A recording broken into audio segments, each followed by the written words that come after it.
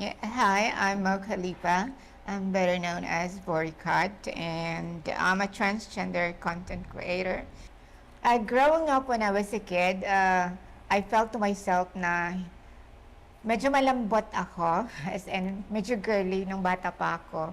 And kasi my mother and my father broke up. Lumaki ako sa mom ko. So nakikita ko yung puro mga girly things. And pag wala yung mama ko, sinusuot ko yung mga damit niya, yung mga high heels, yung mga makeup niya, ginagamit ko din.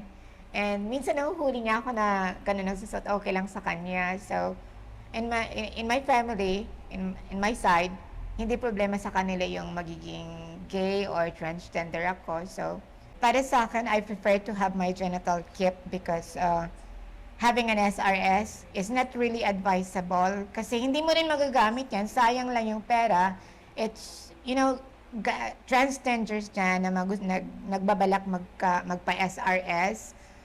You have to think about it many times or few times before you undergo SRS kasi sayang lang yung pera nyo na gagastusin nyo to pay for an SRS. Hindi mo rin magagamit yung, for example, magpalagay ka ng vagina, it's really not useful then kasi hindi ka naman mabubuntis. Though the pleasure is there, but it's not the same pleasure as, the real woman's vagina, when you have a penetration.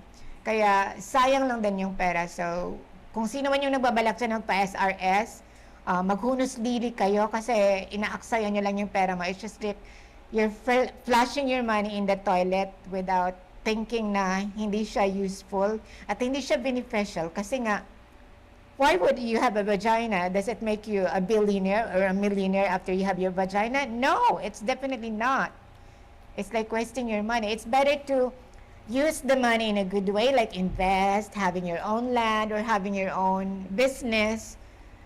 It's more beneficial kasi dadami pa yung pera mo kasi sa papalagay mo lang ng kepay. It's not really advisable for me. I just have to keep my dick than having a vagina. I don't want SRS.